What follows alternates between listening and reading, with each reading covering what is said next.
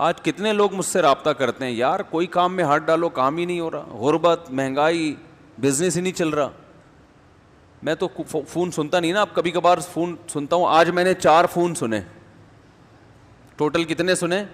4. Drive کر رہا تھا گاڑی, فون آیا, میں نے کہا چلو سن لو بیچارہ کیا کہہ رہے ہیں. کوئی ایک صاحب نے کہا, فون آیا, صاحب نے کہا حضرت کوئی بھی کام کرتا ہوں ہوتا ہی نہیں ہے, کاروبار کے لیے دکان کھولی نہیں چلی, کچھ اور بزنس شروع کیا نہیں چلا, یہ کام کیا نہیں چلا, بندش لگتی ہے. میں نے کہا بندش کچھ بھی نہیں ہے. میں نے کہا ایک بزنس کر لو بہترین ہے. میرا بیچارہ خوش ہو گیا. آج ہی کی بات ہے. میں نے کہا جس نے آپ کو کہا نا کہ بندش ہے, اس کا بزنس دبا کے چل رہا ہے, تو آپ سارے بزنس بند کر کے لوگوں کو یہ بتانا شروع کر دو کہ تم پر بندش ہے. نہیں آ رہی بات؟ یعنی آپ کی طرح اور بھی تو پریشان ہوں گے نا, جو اس سوچ میں ڈوبے ہوئے ہوں گے کہ یار ہمارا کام بھی نہیں چلتا. تو ایک دکان کھول کے اس میں یہ کرو کہ یہاں جن چڑیل بھوت بھگانے کا کام کیا جاتا ہے مناسب ریٹ پر. سمجھ رہے ہو کہ نہیں سمجھ رہے؟ جتنا تگڑا جن ہوگا ریٹ اس کے اسی حساب سے, جتنی پاورفل بندش ہوگی تو اس کو کھلوانے کے لیے اس کے ریٹ اسی حساب سے. تو میں نے کہا یہ والا بزنس چلے گا آپ کا. تو میں نے کہا جس نے آپ کو کہا نا کہ بندش ہے, اس کا بھی کوئی بزنس نہیں چل رہا تھا, اس لیے اس نے آپ جیسے لوگوں کو بندش کے نام پہ لوٹنا شروع کر دی. تو جب میں نے جس اسٹائل سے کہا نا, وہ ایک دم کہکا لگا کے ہنسا. میں نے کہا جس نے آپ کو کہا نا بندش ہے, یہی والا بزنس کر لو, اس کا چل رہا ہے کہ نہیں چل رہا؟ آدھا تو آپ سے چل رہا ہوگا. تو ایک دم ہاں ایک دم زور سے ہنسا ہو. میں نے کہا چلو بیچارہ اتنی ٹینشنوں میں تھوڑی سی تو ہنسی آئی نا اس کو. میں نے کہا بندے فندش نہیں ہے بھائی, کچھ کام کرو کام. میں نے کہا ایک تو اپنا عیب تلاش کرو, یا تو ایسی پروڈکٹ بیچ رہے ہوگے جس کی پبلک کو ضرورت ہوگی نہیں, یا ایسی پروڈکٹ بیچ رہے ہوگے جو ضرورت تو ہے لیکن 100 آدمی پہلے سے وہ بیچ رہے ہیں, یا آپ نے دکان کہیں گلی کے نکڑ میں اندر کہیں, نکڑ میں تو نہیں, اندر کہیں جا کے کھولی ہوگی, سامنے گندا نالا ہوگا, دوسرے والے کی دکان فرنٹ پہ ہوگی. یا یہ سارے کام ہوں گے, کسٹمر سے تمیز سے بات نہیں کر رہے ہوگے, اس کو دلچسپی نہیں دے رہے ہوگے, یا یہ بھی کر رہے ہوگے دکان کا جو لک ہے وہ اچھا نہیں ہوگا. پنجاب میں ایک حکیم تھے, بڑے ہی خاندانی حکیم, اللہ نے بڑی ان کو صلاحیت دی. میں 20 سال پہلے ان سے ملا, جیسے تھے نا 20 سال کے بعد بھی ویسے کے ویسے, جو چورن جہاں رکھا ہوا تھا وہیں کا وہیں رکھا ہوا ہے. حالانکہ ماہر بہت ہیں, نام نہیں بتاؤں گا کیونکہ میں کسی حکیموں کی دکانیں چلوانے کے لیے نہیں بیٹھا ہوا. لوگ پھر پوچھتے ہیں حضرت ہمیں اس حکیم کا نام بتا دیں.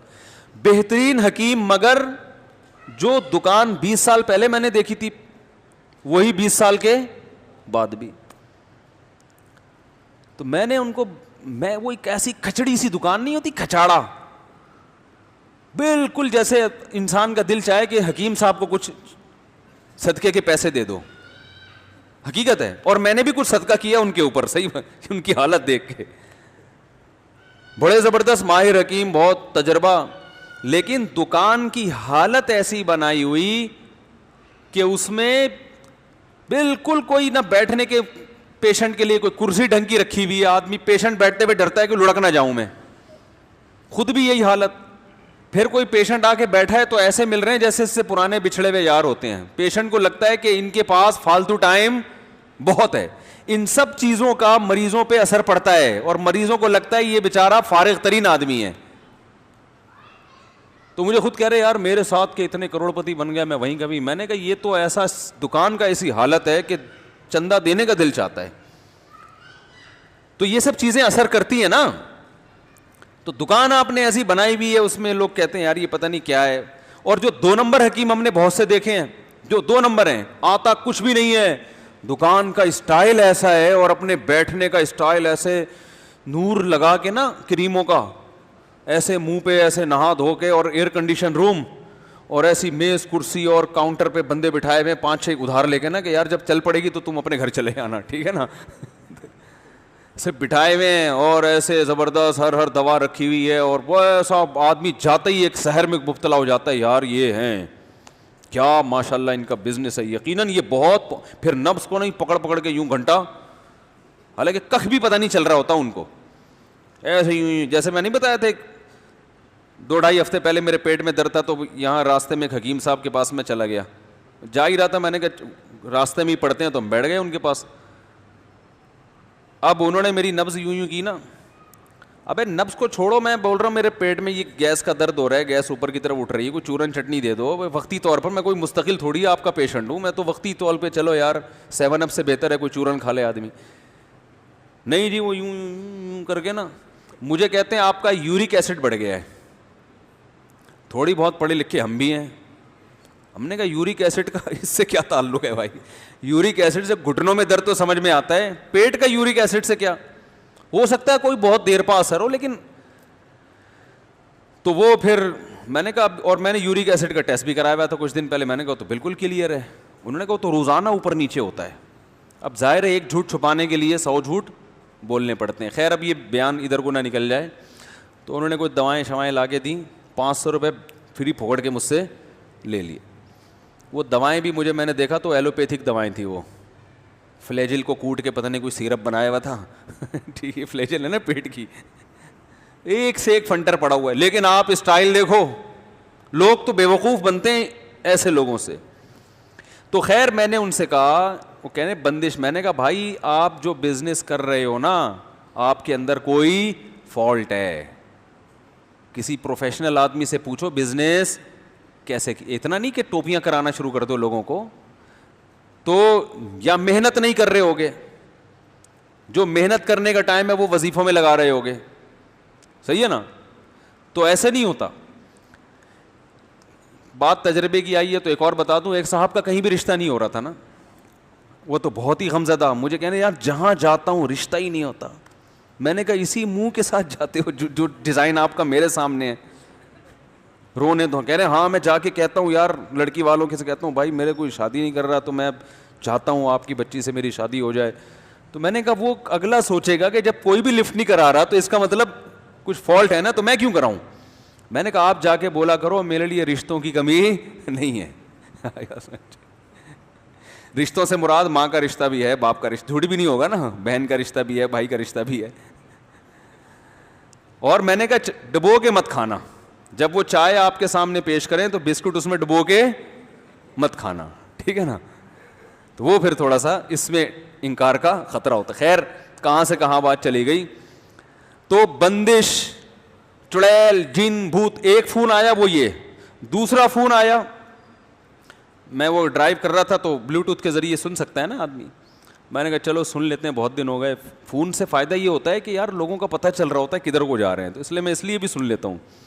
پھر دوسرے صاحب بندے, وہ بھی حضرت کوئی بھی کام کر رہا ہوں ہو ہی نہیں رہا, کوئی بھی کام کر رہا ہوں ہو ہی نہیں رہا. تو میں نے دل میں سوچا ان کو بولوں کہ ہو رہا ہوتا تو مجھے تھوڑی فون کرتے, اس بہانے آپ سے ہماری کیا ہو گئی, گپ شپ ہو گئی. یہ والا کام آپ کا ہو گیا, کیونکہ لوگ مجھے فون کر رہے ہیں ہو ہی نہیں رہا, آپ نے کیا ہو گیا نا. تو یہ بات ہی غلط ہے کہ کوئی بھی کام کر رہا ہوں وہ ہوتا ہی نہیں ہے. یہ والا کام جو اتنا مشکل, وہ آپ کا کیا ہوا ہے, ہو گیا ہے. مطلب آپ نے خامخواہ میں مسلط کیا ہوا ہے, کوئی بھی کام کر رہا ہوں نہیں ہو رہا. تیسرا فون اٹھایا, وہ کوئی پتہ نہیں طلاق ولاق کا مسئلہ تھا. چوتھا اٹھایا, وہ بھی یہی, کام ہی نہیں ہو رہا. بندش اپنا, یعنی ایک دماغ خراب والی بات نہیں ہے, یہ پاگل بنا دی ہے. بندش بندش, جن, چڑیل, بھوت, بندش, جادو. او بھائی کو گورے کے بھی تو کام رکتے ہیں نا. گورا کیا کرتا ہے, بیٹھ کے سوچتا ہے کہ یار یہ کام کیوں نہیں چل رہا, اس کی وجہ کیا ہے. ان کے ماہرین بیٹھتے ہیں, مشورہ لیتے ہیں, پھر اس غلطی کو دور کرنے کی کوشش کرتے ہیں, اس فالٹ کو دور کرتے ہیں. گورا اگر روحانی ٹوپی ڈراموں کے چکر میں پڑتا تو میرے بھائی چاند پہ قدم نہ رکھتا. وہ ہر شکست کے بعد, آپ کو پتا ہے ایک روایت میں آتا ہے صحابہ کرام کی نا رومیوں سے لڑائیاں ہو رہی تھی. رومی یہی انگریز, ان کو پہلے روم سے ہے نا یہ, تو یہ تو بہت پہلے سے عیسائی تھے. تو صحابہ کرام کی بڑی لڑائیاں ہونی تھی, جہاں بھی جاتے تھے فتح ہوتی تھی. لیکن جب گوروں سے لڑائیاں ہوئی ہیں نا تو کبھی شکست اور کبھی فتح, پھر پلڑا برابر چلنا شروع ہوا ہے. تو ایک صحابی نے کہا کہ میں نے رسول اللہ صلی اللہ علیہ وسلم کی حدیث سنی, انہوں نے فرمایا کہ تقوم الساعۃ والروم اکثر الناس, قیامت قائم ہوگی اس وقت بھی رومیوں کی تعداد دنیا میں سب سے زیادہ ہوگی, ان کو شکست کے ذریعے ختم نہیں کیا جا سکتا.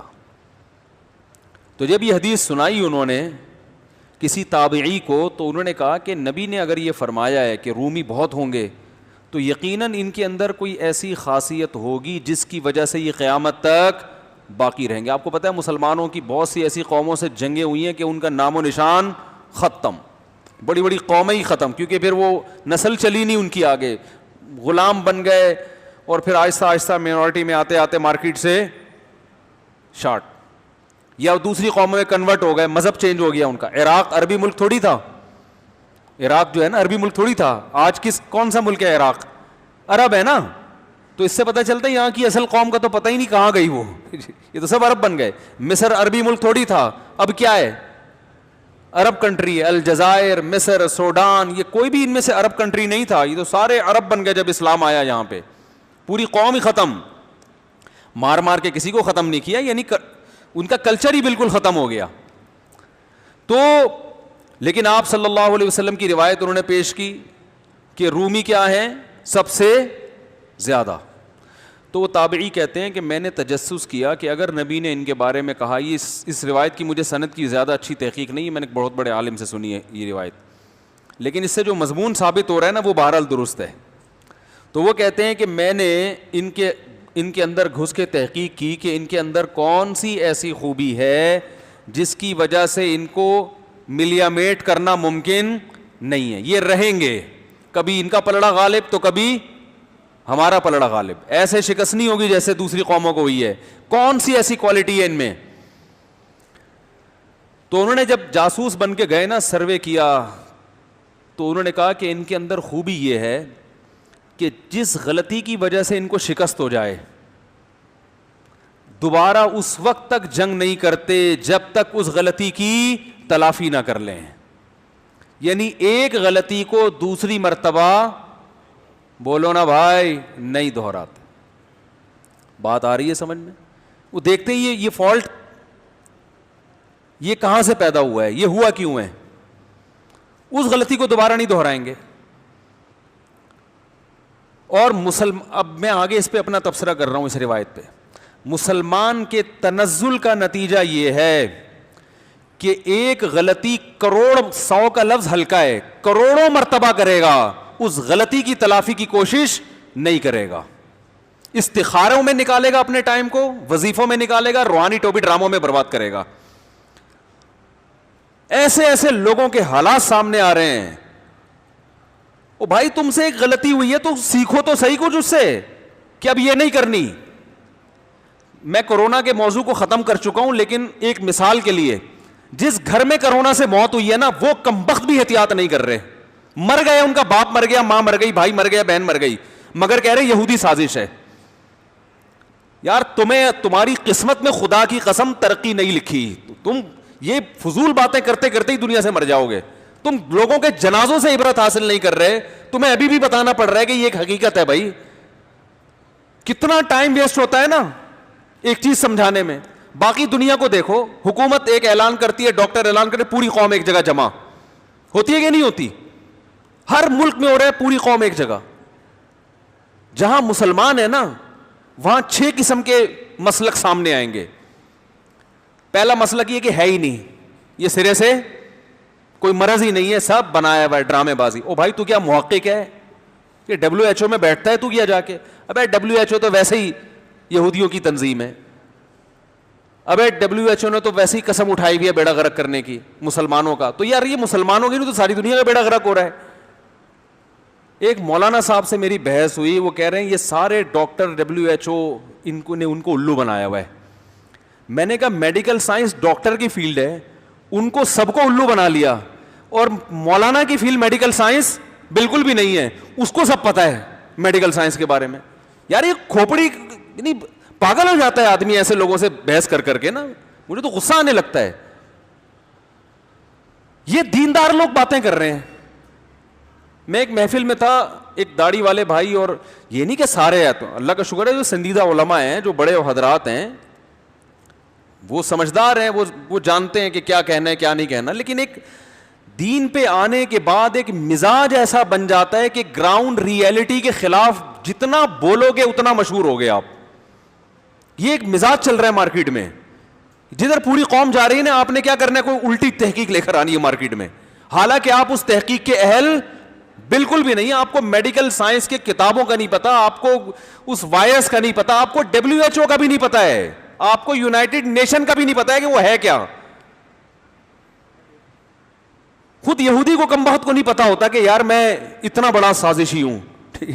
کورونا کے خلاف سب سے پہلے احتجاج اسرائیل میں ہوا ہے, سمجھ میں آ رہی ہے بات, اور یہودیوں نے کیا ہے کہ یہ ہمارے خلاف سازش ہے. اب آپ کہہ سکتے ہیں کہ وہ اس لیے کہ تاکہ لوگوں کو پتا چلے کہ یہ پتہ ہی نہ چلے کہ ہم نے سازش, وہاں کے بھی مذہبی رہنماؤں نے کیا ہے. تو خیر یہ میرا ٹاپک نہیں ہے, کورونا بہت ہو گیا, جس نے عمل کرنا ہے احتیاط کرے, نہیں کرنا تو بھاڑ میں جائے, اس کی مرضی ہے. میں صرف سمجھانے کے لیے, اور باقی چیزوں میں صحت کے حوالے سے دیکھ لیں, احتیاط کے حوالے سے دیکھ لیں.